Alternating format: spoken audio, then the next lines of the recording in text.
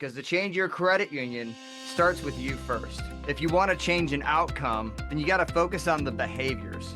Many times, to exceed somebody's expectations is to meet them where they're at. Financial wellness is at the lowest priority of most members' totem poles. If you're not member facing, you better be serving somebody who is. Every member, every time, where they are at. You're listening to the Credit Union Leadership Podcast, a podcast that delivers value and offers up insight that'll help your credit union grow. ServiceStar has been consulting with credit unions for over 20 years, growing them in the areas of cultural development, leadership development, and management training. To learn more about what ServiceStar can do for you or your credit union, check them out at servicestarconsulting.com. Welcome to the Credit Union Leadership Podcast. This is Scott, and you've got Scott Albrecht here on the ones and twos. Scott Albrecht. You had a great idea. Tell me that great idea. Well, yesterday was International Credit Union Day. By the time you listen to this, it'd be Christmas.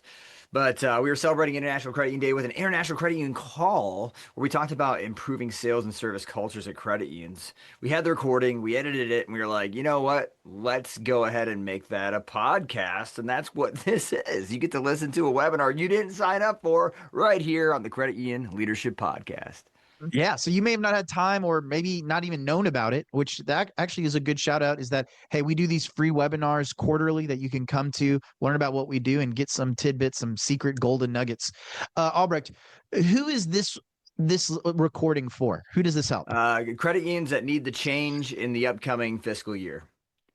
Okay, what do you mean by change? Like, what kind of change? Well, you know, some people have to go through a digital transformation next year. Maybe they're going to grow their branch network, or maybe they're looking at their interchange income and seeing how they can increase their margin on the money that they're buying and the money that they're selling. Or maybe they're looking for a merger partner or a core conversion. If they're doing any kind of change management in the upcoming fiscal year, this is for them. Oh, okay. So I'm thinking specifically of two credit unions I've worked with this year. One, they're about to go through a core conversion this upcoming month. So I'm hearing, hey, this is something that they'd get some skills on how to lead their team through this core conversion, be effective. Another one, this might be a little more abstract, but tell me your thoughts, Albrecht. I'm talking to a credit union that's about to rebrand, like brand new name, brand new logo, brand new values. How would this help them? Yeah, so we have to remember, to make the cheese, we don't focus on the cheese, we focus on the cow. If we want to get great cows, we don't focus on the cow, we focus on the grass. And if we want to get great grass, we go to places where grass is legal. But we're talking about cows, eating grass. And so we got to focus on the nutrients. And so to get great credit union outcomes, which the list I gave you previously is a list of outcomes, we have to focus on the mission, which means we have to upgrade our behaviors and replace those that are inefficient and ineffective. And most of the missions of most credit unions have to do with improving people's financial well-being. So regardless of what you're doing next year, if you're not selling products and services that improve somebody's financial well-being and maximizing their membership, and not serving somebody who does that, then we're not actually in alignment with cultures of continuous improvement. You can't change at the pace where you're slowing down to speed up, and there's no sales being done at your credit union. Yeah. And also what I'm hearing, Albrecht, is really this episode's for everybody. Yes, it's great for current leaders of, hey, the grass or the cow to get the outcomes that we want. But also part of that is, hey, we're all a part of building our culture. And there's some behaviors that we have the power, we have the control over to do. So this episode's for current and aspiring leaders, people that want to make a difference in the movement. Ryan, producer, let's go ahead and press play.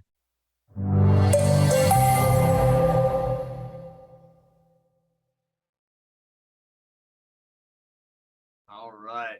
I hope you enjoyed the waiting room. I'm Scott Albrecht, and today we're going to talk about cultivating culture with continuous improvement. I like to say a culture of continuous improvement. So raise your hand if you want to change your credit union in the upcoming fiscal year. Well, to cultivate change means to cultivate an environment that has a great culture. And so super excited to have you guys on today's call. It's a webinar called Winning Strategies, Building a Sales and Service Culture. But before we get into the webinar today, I want to address the elephant in the room. Yeah, that one. It's International Credit Union Day, y'all. Everybody give some praise hands and some cheers and some whatever else Zoom allows you to do. Let's celebrate the credit union way. We have an international credit union call right now, and it's International Credit Union Day. So yeah, give it a thumbs up, give it a heart, give it a rocket emoji. We are celebrating in probably the best way we can, because I believe the founders of our credit union movement set out to move the movement forward. And so today we're going to talk about a journey that you can take individually to change your credit union, because to change your credit union starts with you first. So I know you guys got a lot going on today. You know, it's October, it's Q4, we're fiscal planning for 2026, and many of you probably want to hit the escape key on your keyboard. Go ahead and take a look at your keyboard right now. That's right, it's on the top left-hand corner. It says ESC. When you want to hit the escape button on leading the movement and moving the movement forward, I want to give you an acronym that I think is going to help you out. First and foremost, to do what my slide here says that you should do, build a sales and service culture, it takes emotional energy. That's E.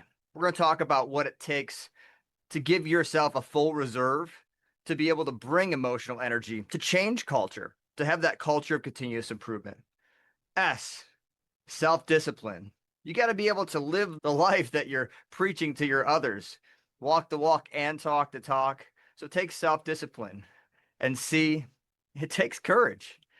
Courage is contagious. So that's a preview. That's what we're going to talk about at the end of today's webinar. That's the beginning with the end. But let's talk about my beginning. 15 years ago, I began in the credit union movement. Go ahead and type into the chat when you started in the credit union movement. Maybe a year, or how many years ago? 15 years ago, it was 2010. Oh yeah, look at all these chats. We got 2016, 2014, 1 year, 2017, 11, 21 years, 2018. Love it. You can keep those chats rolling. 15 years ago for me, I started as a new hire at a Fortune 15 company called Cardinal Health.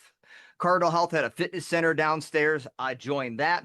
Cardinal Health had a wellness center with doctors on staff. I joined that. And you better believe it, Cardinal Health had a credit union. I joined that. And you know how we say a single share savings account isn't a membership? Well, I held on to my single share savings account for about a year before I eventually refinanced my auto loan, got a really low rate on my auto loan. I should cut my payment in half. And then eventually I got their checking account to pay the auto loan. And I was kind of like Norm from Cheers, where everybody knows your name. I'd pop in every day and say, hey, and they'd say, hey, Scott. And I'd be like, how you guys doing? And they're like, good. Do you need anything? And I'd say, no. And they're like, all right, man. And every day I did this for 3 years. I was a member before I was a manager of this great movement. And for 3 years, I'd pop in every day, every weekday at least. So those mathematicians in the room, pull out your TI-83s or your HP-12Cs. Let's do some math. 3 years, I walked into the credit union with a single share savings account, an auto loan, and a checking account with Baxter Credit Union as a member. That's 5 days a week times 52 weeks times 3 years. What's the total days that I walked into the credit union? If you got 780, that's correct. It's a good thing we're in the math business, right? 780 days, they were fast. For 780 days, they were friendly. For 780 days, they were accurate, and I loved my credit union for 780 days. And then I got offered a job to work at the credit union. And I went to new hire orientation, and I talked about all of my 780 days of experience, and then it was quiz time. And they asked this question: who knows what the interest rate is on the checking account at our credit union? And my hand went up as fast as it possibly could, probably threw out my rotator cuff. I said 0.98%. And they said, wrong. Scott, it's 2%. And I said, sorry, new hire orientation leader, who, by the way, is in this call right now. Hi, Chris Bryan. You're wrong. It's 0.98%. You see, you don't know me. I've been a member for 3 years. I walked into the branch 780 times, and our checking account rate's 0.98%. And he said, that's the preferred checking rate account. The Power Plus checking rate account's 2.0% interest. I said, Chris, that must be a new product. He's like, no, no, no, no. We rolled that out 2 years ago. First and foremost, my face was red because I was like so embarrassed at the speed at which my hand went up. But then the red face actually stayed there due to the anger that I felt. You see, my credit union was fast. My credit union was friendly. My credit union was accurate.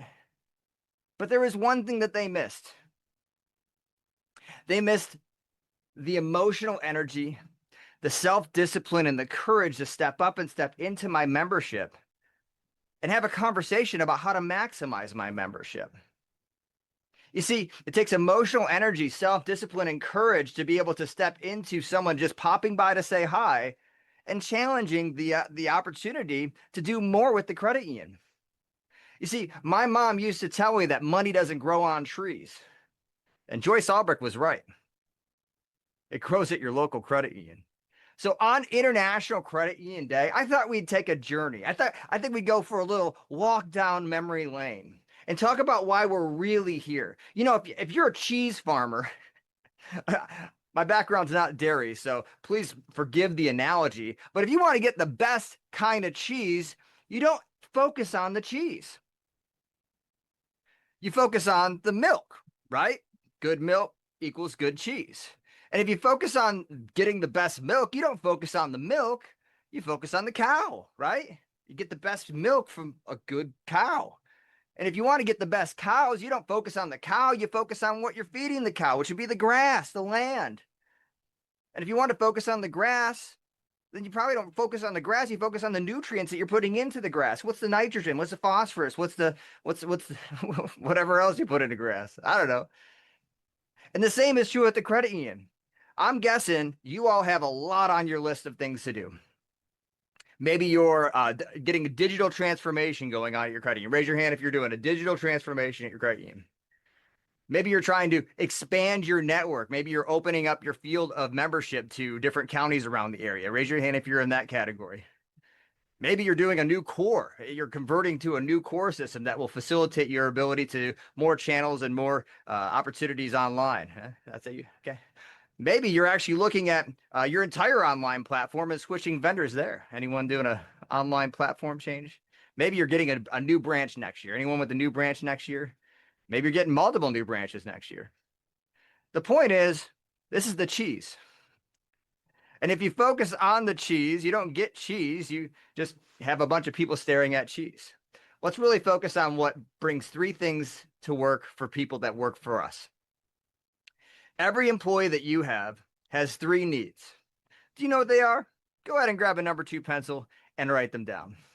Number 1, they need to feel like what they do is meaningful. And many don't find meaningfulness at work. Work's just a means to an end.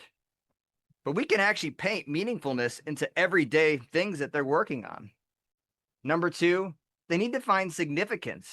And again, many of your employees don't feel like they're doing significant work at work.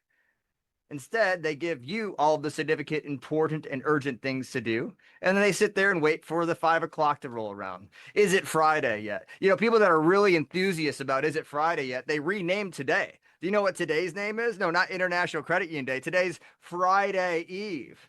And people who are really excited about Friday call Wednesday Friday Eve. And Monday is like the countdown. It's like 5 days till Friday. Because the important and the urgent isn't being shared amongst the team, and there's not a lot of significance being painted towards why we're even doing the core conversion in the first place. And the last thing that every employee that you manage has in their needs category is relevance. They want to feel relevant. They want to feel part of a bigger picture. They want you as the leader to paint the North Star for them.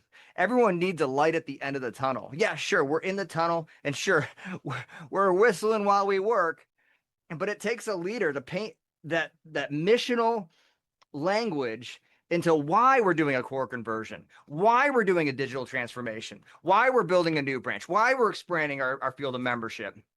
Why do we need another loan? Why do we need another credit card?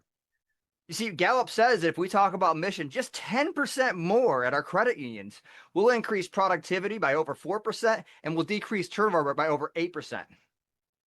Now, I want to ask you a mathematical question because I got a lot of math people in the room today. How much does it cost to talk about mission more? Well, if you said it costs nothing from a dollar and monetary standpoint, you're right. But I'm going to argue that it's your escape key. To talk about mission more takes emotional energy. To talk about mission more takes self-discipline. And to talk about mission more, it takes courage to step up and step into conversations that, sure, will your team roll their eyes and be like, "Oh, here's the ooey gooey stuff again." And they need it because talking about the mission more paints that meaningfulness, paints that relevance, paints that significance into their lives that otherwise they're going to find maybe planting trees on Saturday or working at the soup kitchen or maybe even tailgating for their favorite college football team. But they're not finding it at the credit union. And what a shame. It's International Credit Union Day, y'all. I mean, we are people helping people, if you know what I'm saying. If you can't find meaningfulness and purposefulness in work at a credit union, a cooperative, a not-for-profit organization, then where are you going to find meaningful work? But it takes us as a leader. See, to change our credit union, we have to change ourselves first. And so let's talk about what it looks like to live our mission. There's bullet points here, but I like the spontaneous pause. I want you to actually type into the chat, what does it look like to live your mission for your department? Go ahead and tell me what you're working on right now. What's the missional work that you're doing in your departments of your credit union right now? Let's light up the chat. Now, some of you might have put this in the chat. Go ahead and take a look at the poll that I just launched here. Did you type into the chat enhancing digital transformation? How about expanding field of membership? Go ahead and put in here what you're working on to live out your mission at work today. What cheese are you working on today? So we got enhancing digital transformation, expanding field of membership, increasing delivery channels. I'm going to end the poll, share the results. We got focus on lending, opening a new branch, growing assets, new note. Look at this. Every single one except for managed liquidity got a vote. I love it. All right. That's the cheese. Let's focus on the milk, okay? What does it look like to focus on the milk? Well, first and foremost, if you want to change an outcome like increasing your lending, then you got to focus on the behaviors. Let's look at what people are doing on the front lines to meaningfully talk about maximizing memberships. One of my greatest tricks of the trade is to talk about how long somebody's had a membership. Raise your hand if you've got a little drop down in your core system that allows you to see how long someone's had a membership when you're doing a transaction for them. And whether you're in the drive-thru or the contact center, or maybe you're helping out somebody on the phone, or you're in the branches, it just takes a second to pull that drop down and say, hey, I see that you've been a member for 20 years. And maximizing the membership is a term that we like to use at my credit union a lot because 20 years ago, I'm going to guess that the reason why they joined the credit union might be different than the reason why they have it today. And so it starts a conversation of how have we done over the last 20 years? What were your goals 20 years ago when you started the membership? What are your goals today? How have they changed? And how have we done in helping you meet your goals? And what can we do to position ourselves to help you meet your goals in the future? See, these are the meaningful, significant, relevant conversations that take emotional energy, take self-discipline, and take courage to have. It's easy to say, how would you like that back? It's harder to say, hey, thanks for being a member for the last 20 years. How have we done as a credit union?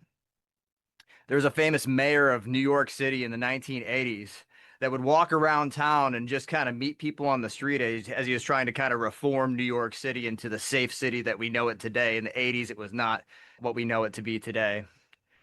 And he'd ask this one question, how am I doing? How am I doing? How am I doing? When's the last time we asked our members that same question as they called into our contact center? Now, maybe irate members, that's maybe not the best time to ask, how am I doing? But maximizing memberships is our job. When we take a look at most of your mission statements, it says something along these lines: to improve the financial well-being of our membership. Now, it could be a little bit different than that, but over the last 27 years, Service Stars worked with over 1,000 credit unions. And if you were to consolidate all of their mission statements into one combined mission statement, it'd be along those same lines. So to improve people's financial well-being is the mission of your credit union. And how do we do that? Well, we do that by going beyond fast, friendly, and accurate. We got to consistently deliver more than just a smile. Now, smiling is very important. Standing and greeting the members is very important. If you haven't taken our service excellence class here at Service Star, it does set up 8 different pillars of how we can exceed people's expectations. But that's the point. Excellent service is not fast, friendly, and accurate because that doesn't exceed anybody's expectations. Many times, to exceed somebody's expectations is to meet them where they're at. I'd like to tell you a story. I was actually at a business development event where we were giving away piggy banks. Raise your hand if you've ever given away a piggy bank at a business development event before. They're a hot item. They're super expensive. They're definitely pricey. About $4 per piggy bank is typically the ongoing cost for piggy, and that was before tariffs. But you get the piggy banks out there, and mom and dad who's working at the site that you're doing business development at, they see the piggy bank like, oh, can I take one home for my son? And you're usually used to combating that with hopefully a good conversation about why the credit union is there for the company partner. And hey, have you heard about some of the things that we do in addition to giving away piggy banks? Because otherwise you'll just be out of piggy banks and you'll have no new memberships, no new accounts, etc. And I remember one specific day I was giving away piggy banks, and a man approached me from Detroit.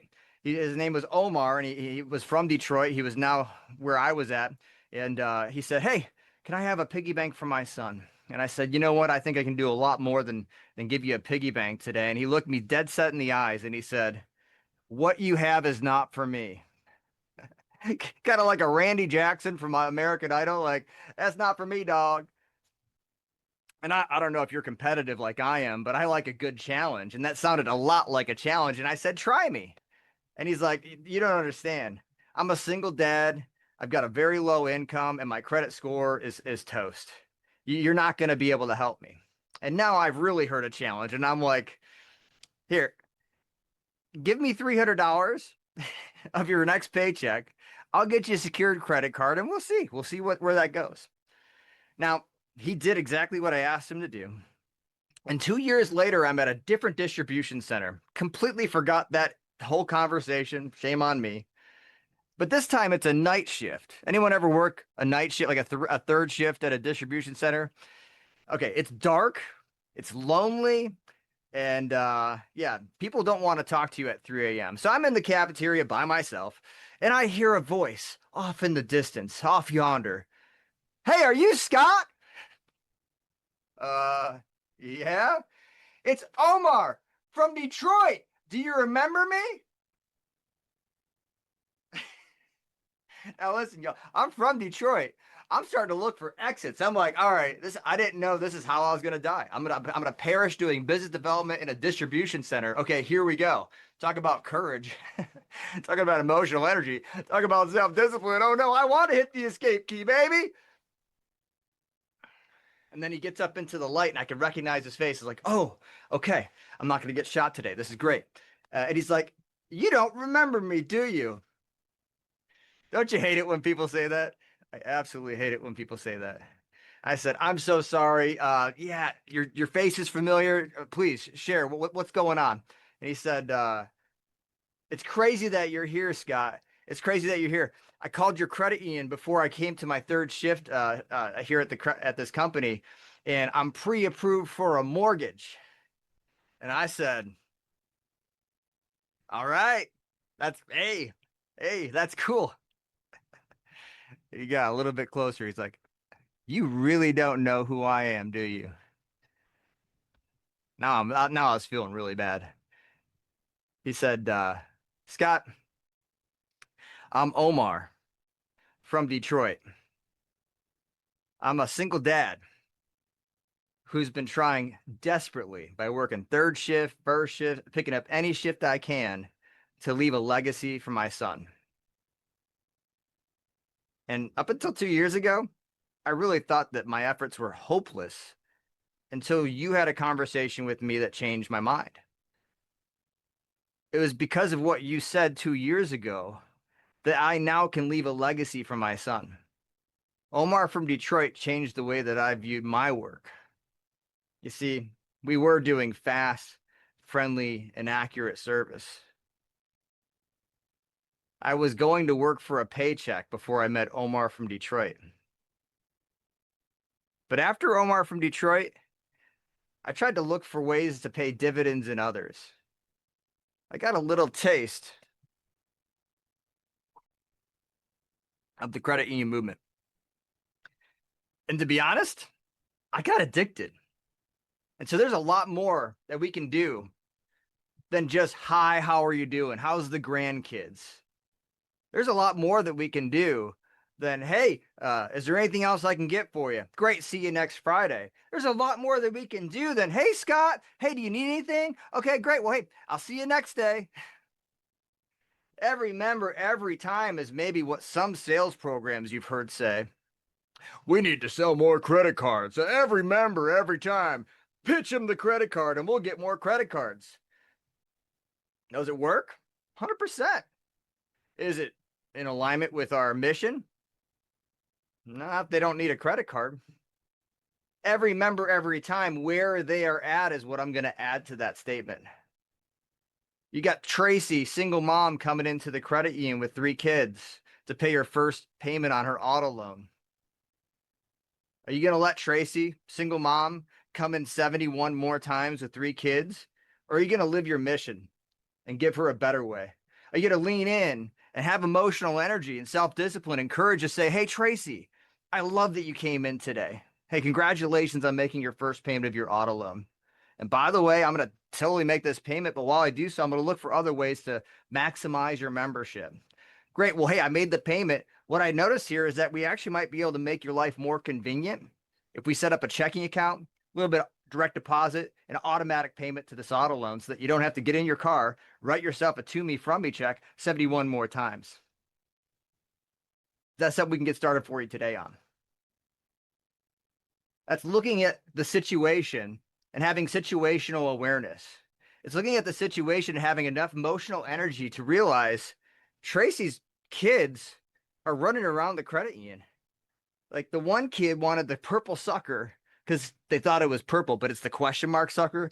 Parents, you know what I'm talking about, right? So they opened what they thought was a purple sucker and it's blue and they're melting down on the ground. The other kid is actually in the manager window. You're trying to do a pre-approval for a home equity line of credit and they're doing faces on the window and making a bunch of smear marks. And the other kid you lost track of, and here you find out they ran around the tower line and they're punching buttons on the cash recycler, jamming it up.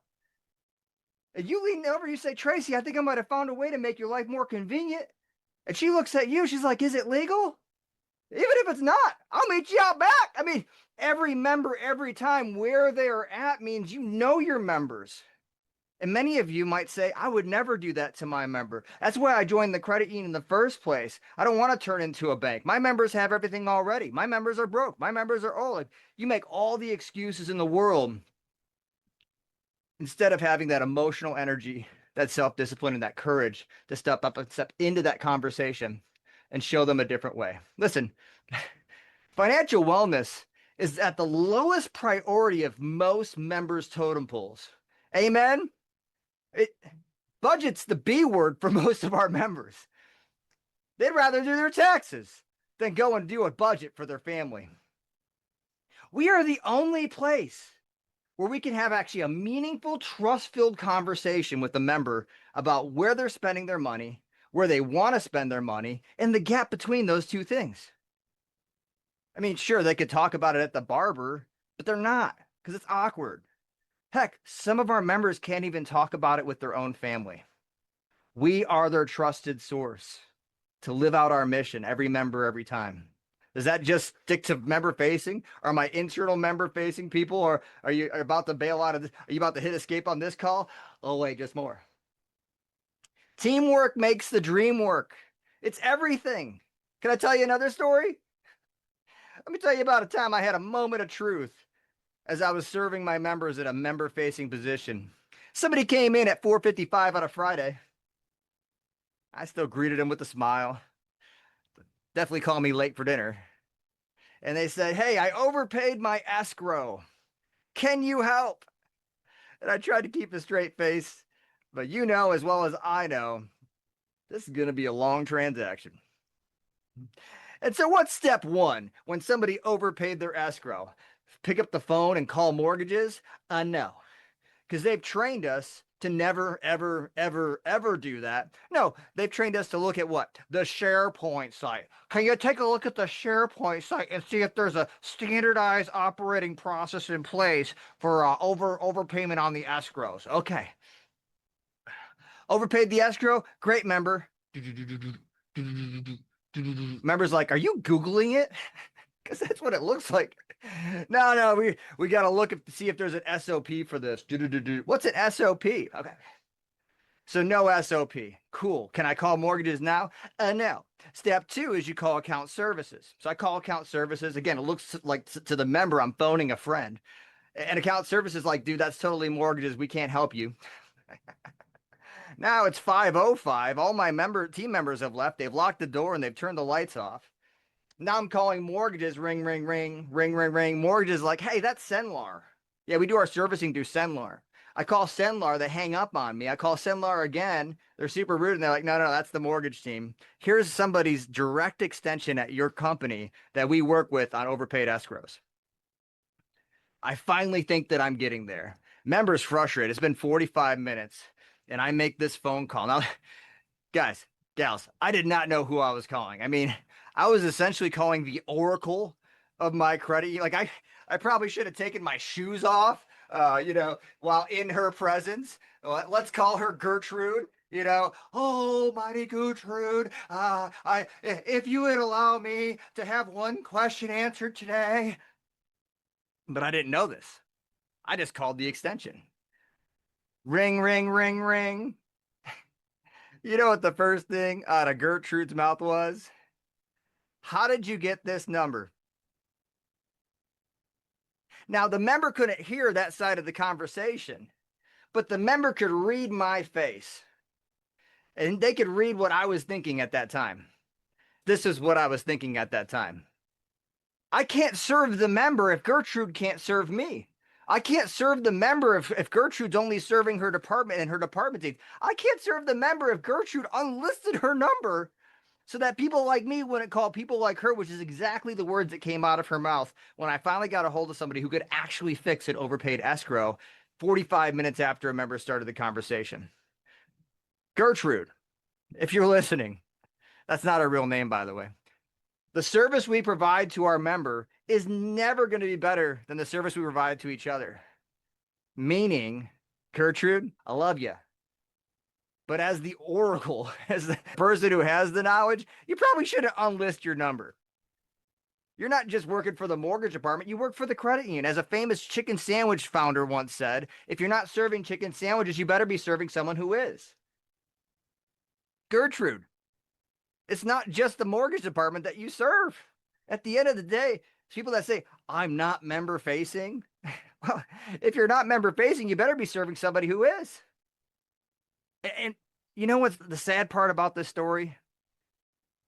Is enough branch managers with enough calls to the oracle will eventually not want to do mortgages anymore for our members. When I joined the credit union, the previous manager of this department would actually tell our members to not do mortgages with us. They would have every other product and service, but they wouldn't have a mortgage because the previous manager would tell them not to get a mortgage because of issues like the Gertrude. And so living out the mission is more than just member facing, it's everybody. And it takes emotional energy for Gertrude and for you to be able to step up and step in and smile when you answer the phone. Hey, IT people, are you on this call? Give me a thumbs up if you are. When you answer the phone, it can't be, did you put a ticket in? Did you unplug it and plug it back in? Sounds like user error, click. It takes emotional energy to smile and say, thanks for calling IT. We are super excited you called. How may I be of assistance to you? Thank you so much for calling, Scott. Hey, we're gonna look into this. We want to make sure it's not a systematic issue. So we're gonna keep this ticket open a couple extra days, even though that hurts our personal metrics, because we want to make sure that we're holistically taking care of tickets. You know, our receipt printer quit every Tuesday at 2 p.m. They would open a ticket, they would close a ticket. They would open a ticket, they would close a ticket. Until one person in IT finally realized every Tuesday at 2 p.m., the receipt printer is failing. That person didn't close the ticket. They looked holistically at the 60 branches at Baxter Credit Union and realized everybody's receipt printer was quitting at 2 p.m. Somebody accidentally put 2 p.m. versus 2 a.m. on the software updates. Every Tuesday at 2 p.m., it was getting a software update.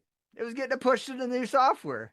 And every single receipt printer would go down. Now, some people wouldn't call it in because they just unplug it and plug it back in, and that would work. But it took one person having the emotional energy to be like, hold on, what's the whole picture here? So it's not just member facing. If everyone's member facing, everybody has a member. And then, okay, give me a thumbs up if you're a leader in the credit union. Cool. So we want everyone to smile when they answer the phone, right? It takes self-discipline to lead that way as well. Oh, you want everyone to have cameras on when they're in Zoom team meetings? It takes self-discipline to lead that way as well. You want everyone to be on time to work? Well, it takes self-discipline to lead that way as well. You see, some people here leading by example and they think, oh, I got to do my team's work because I shouldn't ask them to do anything that I'm not willing to do myself. It's not the hard skills that you have to lead by example. Now, if they do the hard skills right, you should definitely catch them doing things right. But leading by example is soft skills. Look at your core values. Be respectful means I can't really talk about Tom unless it's to Tom's face. And if that's my expectation of my leaders and of my team members, then to lead a culture where people trust each other, I can't be talking about Tom unless it's to Tom's face. Amen? Let's get that G word out of credit unions today. Gossip has no place in our credit unions. And so if I, as a leader, like to talk about people behind their back, well, how am I going to expect my team to lead otherwise? As a leader, I do have to have courage to set those minimum expectations. As a leader, I do have to have courage to hold people to those expectations, catching people doing things right, holding people accountable by redirecting behaviors that are outside of their alignment with their expectations. But I also have to follow my own lead on the soft skills. You want to know an example of that? Let me tell you a story. You guys ever been like crazy busy? Like just head on a swivel busy? Squirrel, squirrel, squirrel, squirrel, right? I believe you have to have some kind of level of ADHD to survive branch management. And there was one day where I was crazy busy and I was kind of flying emails off left and right. And I shot an email real quick to our SVP over retail, which was followed by an immediate phone call from our SVP over retail. Ring, ring, ring. Hey, Scott. Yes, Patty.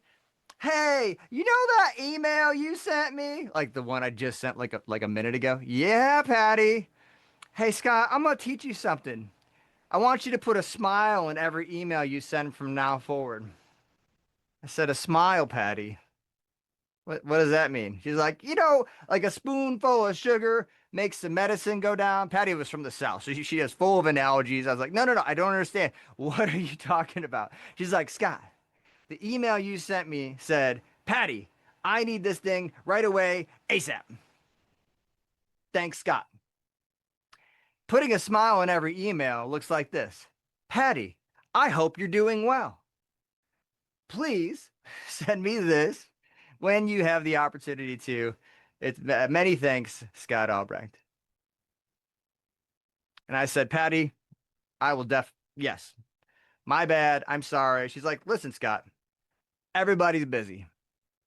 Everybody's going a million miles an hour. Those little smiles in the email makes everything go just a little bit more smoother in everyone's day. And she hung up and I hung up. Guys, that was 8 years ago. 8 years ago. To this day, I cannot send an email or get it ready to send an email without hearing Patty Dixon's voice in my head. Like I will have an email ready to send to Chris Bryan that says, yo, I'm doing a webinar tomorrow. Make sure it's recorded, Scott. And I'll about to hit send and I'll be like, darn it, Patty Dixon. Hi, Chris. I hope you're doing well. Smiley face. Happy Wednesday. By the way, can you record the webinar that I'm doing tomorrow? These are little minimum expectations. I like to talk to credit unions about setting these minimum expectations up with their teams. And I used to describe it like you got to write down what winning looks like. Write it down. And I did this for 5 years. I consulted over 100 credit unions this way until one person, one brave person who had courage in the back of the room raised their hand and like, what do you mean by what winning looks like? And I was like, like the behaviors that change outcomes over time. And she's like, you mean like this? Have $250,000 in loan originations, sell 22 credit cards, have this on NPS. I was like, oh, sorry. I wasn't being detailed enough. What I mean by what winning looks like are the little things. You see, it takes raindrops to make an ocean. Winning is in the detail of standing up when somebody walks into the credit union and greeting them before they greet us. That's what winning looks like. It's in the little detail, putting a smile in every email. So when we say set up minimum expectations, sure, you can have a scorecard with KPIs and goals for your department. But what does it look like to win in the behavior category, or the B word that we are so hyper obsessed with here at ServiceStar? Because the change of behavior means the change in outcome. And if you're looking at creating a culture of continuous improvement, the change begins with you first. You need to be hyper focused on how we make the cheese, not necessarily the end result of the cheese. Now, do outcomes matter? 100%. When we over focus on outcomes and we under focus on behaviors, bad things happen. First and foremost, we disengage our team. We need more gap. Do I have any control over whether or not the next person takes gap? I have control over the conversations that I have with them, but I don't have control over whether or not they say yes or no. And so the more we talk about the outcome, we need more gap, the more disengaged we actually create our team. And also, we're not painting that picture of relevance, meaningfulness, and significance in the eyes of our team members. And then we say, hey, go ask every person what the ideal payment type that they have for this loan would be. That's how we're going to sell more gap. And so they feel like they have to ask every member that's doing a loan application what their ideal payment type is. Which, by the way, in 2025, does any member have any clue as to what the ideal payment type is? I mean, first and foremost, you got your jokers, right? $0. But like, who in their right mind's going to say, about $726.94, that's about my ideal payment type. With the price of cars these days and the interest rates, very often, if you ask that question, you're going to get a bad answer. Are you going to get more gap? 100%. Hey, by the way, including your payment is a coverage called gap. And by the way, you got 60 to 90 days to make your first payment. Make sure you make an automatic payment. And also, you got to verify with your insurance company that we're the new loss payee. Make sure you update your deck page. Any questions?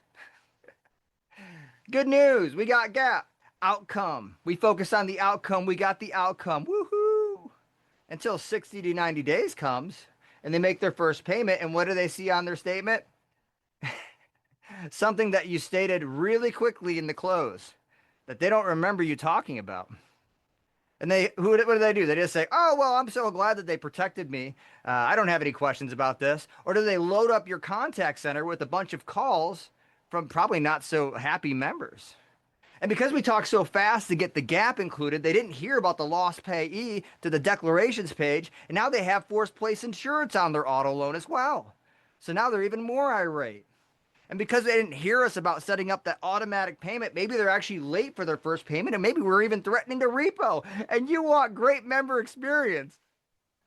Yeah, we're threatening to repo a car that we force place insurance on, and we put in gap. Did you get your gap? Uh-huh. What's the missional way to look at this? Takes more courage. Certainly takes more courage. But ask every member what put them in the market for a vehicle.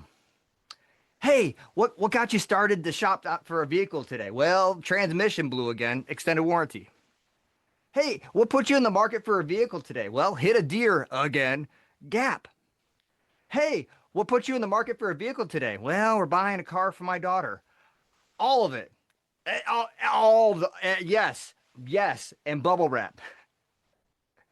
See, if we meet members where they are at, then we can be more significant. We can do things that are more meaningful, and we can paint purpose into the lives of people helping people rather than them looking at jobs like a paycheck, like I did before I met Omar from Detroit. So if you're like, Scott, this is crazy, man. This is so much information. Well, good news, we do this for a living. So if you want more, we have another webinar on November 13th from 2 to 3 p.m. Eastern Standard Time. If you want more, we got coaching for performance starting up in January.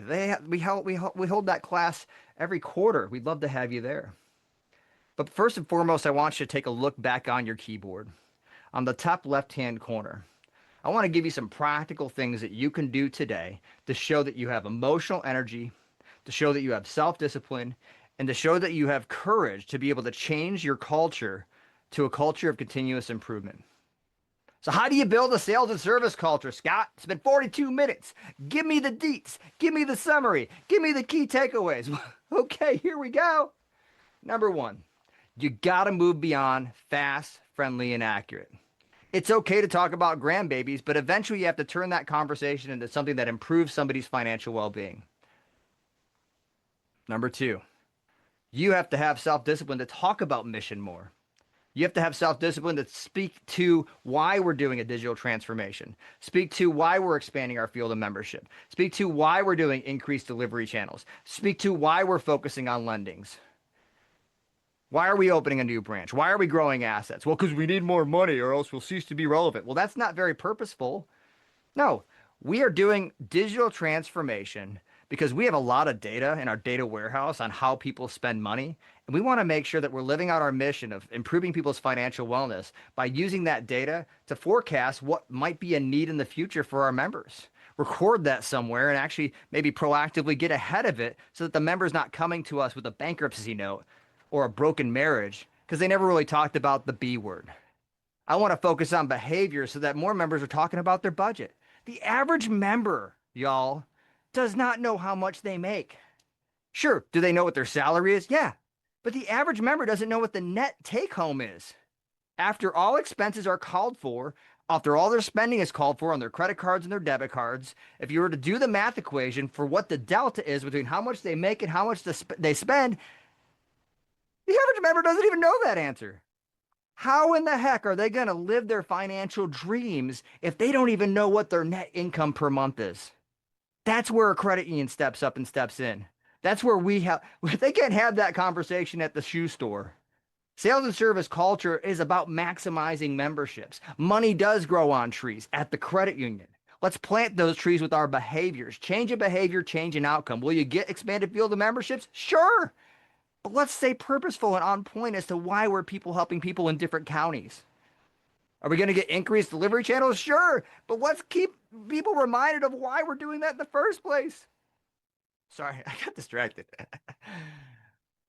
So focus on those little details. Raindrops make an ocean. It's the details that matter the most. Change your behavior, change an outcome. It takes the escape key. When you feel like you need to escape, when you feel like you need to just go back to that checklist, when you feel like, is it Friday yet? Focus on your emotional energy. Focus on why it's important to use self-discipline to paint the picture of significance, relevancy, and meaningfulness in the lives of our others. And take that courage to tell your people why what they do is so important. Because to create culture where there's cultivation of that continuous improvement, it means we have to take a look in the mirror first and change ourselves. So those are the key learning points of today. Emotional energy, self-discipline, courage. It's the escape key. And a lot of us are probably trying to hit escape key right now and maybe go to a conference or go on vacation or just go home and just kind of turn off work. But while you're at work, turn on your mindful intentionality to the little things that make big differences in your sales and service culture. And by the way, I'm here to help. I'd love to help you. Get excited about this movement because it's International Credit Union Day. We get to move the movement forward. It's been 15 years for me, and Lord willing, 15 years from now, I'll be talking about how the people that joined our webinar in 2025 have moved the movement forward. So I'm going to stay on for the last 12 minutes of today's call to field any of those questions that you did have. What can you recommend for navigating conversations with folks who are stuck in the roots and are pushing back against advances attempted, i.e., technological advances? Yeah, I mean, change is tough, right? So, change management's one of the courses we teach in Emerging Leaders. Emerging Leaders is kicking off in January. That's one of the things that I would recommend you attend. If you want a little preview of what we talk about in change management, it's this. Some people are uncoachable. Stop trying to coach someone who's not receiving your coaching and start holding them accountable. Meaning, if you can't change the person, then you might need to change the person. For more, come to our Emerging Leaders Workshop in January. Thank you so much. I look forward to seeing you guys at the next webinar. And there you have it, guys. The secret to building a sales and service culture. Albrecht, after people hear this, they're getting amped up. They're thinking, what's next? Albrecht, you know what's next. What's the next step for these people? You got to double down on the escape key, right? Number one, emotional energy. Focus on what makes you great, what fills your cup. Make sure your cup's overflowing on a day in, day out basis so you can lead missionally at your credit union. Number two, you got to have self-discipline to be able to lead in a way that you expect others to follow you. And to follow your leadership is to make you a leader. And number three, you got to have the C in escape, which is courage. So don't escape from your current responsibilities. Don't ask yourself, is it Friday yet? Ask yourself, have I had the emotional energy, the self-discipline, and the courage to be able to lead this credit union into the bright future that we're moving the movement forward towards? That's the better question to ask yourself on a day in, day out basis. And if people want help filling up their cup, where can they go? Oh, we've got a whole bunch of credit union Kool-Aid right here in the storage lockers of Service Star Consulting. Yeah. So guys, you've heard the ads. We've got things for emerging leaders. We've got things for people that are considering being in a C-suite level leadership. We've got things for your whole team. We want to be a part. Also, you can just book time to talk with us. We geek out about this stuff and it doesn't cost anything yet. So guys, thank you so much for listening to the podcast. We'll catch you next time. Oh, yeah. Interested in submitting a question to the Credit Union Leadership Podcast, we want to hear from you. Go in our show notes. We have a link over there, and in that link, it's going to take you to two options. You can submit a question written out through email, or you can submit an audio recording through SpeakPipe. We make it super easy. Go to the link in the show notes, click audio recording. Once you click audio recording, it's going to take you straight to a website where you just press the record button. You've got 90 seconds to submit a question or submit you catching doing somebody do it right. And then you just type in your name and email address, and that's it. It comes straight to us, and we'll take it from there. So you don't need to download anything. You don't need to get any new software. You just go to this website, press record, and click submit, and we're good to go. So go to the link in the show notes. Click if you want to submit a question written out or through audio, and we'll take it from there. Thank you, guys. We'll see you next time.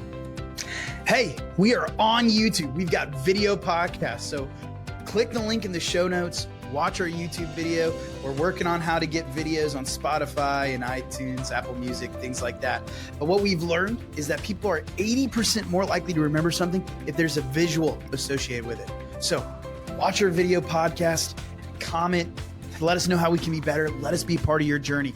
Thank you so much. An investment in leadership is one that pays dividends in your others. I'm Scott Albrecht, guest on the Credit Union Leadership Podcast and Vice President of Learning and Development. And man, oh man, our upcoming Emerging Leaders course is something that I didn't get as a department manager over several departments in the credit union movement. And the average manager in America doesn't go to manager training until they've been a manager for 10 years on average. We send the average teller to 2 to 3 weeks of teller training. And yet, as a manager, we just give them the keys to the Jeep and we tell them not to break it. Drive it like you stole it. Maybe even prayers and our best thoughts are with you, but no management training. And so Service Star Consulting is here to fill that void with our Emerging Leaders class, where your talent will get topics like effective mentorship, building trust, coaching for performance, leadership hacks, and many more. Join us at our next upcoming cohort. We've got 2 that launch every year. We're so excited about having your talent at the next Emerging Leaders cohort.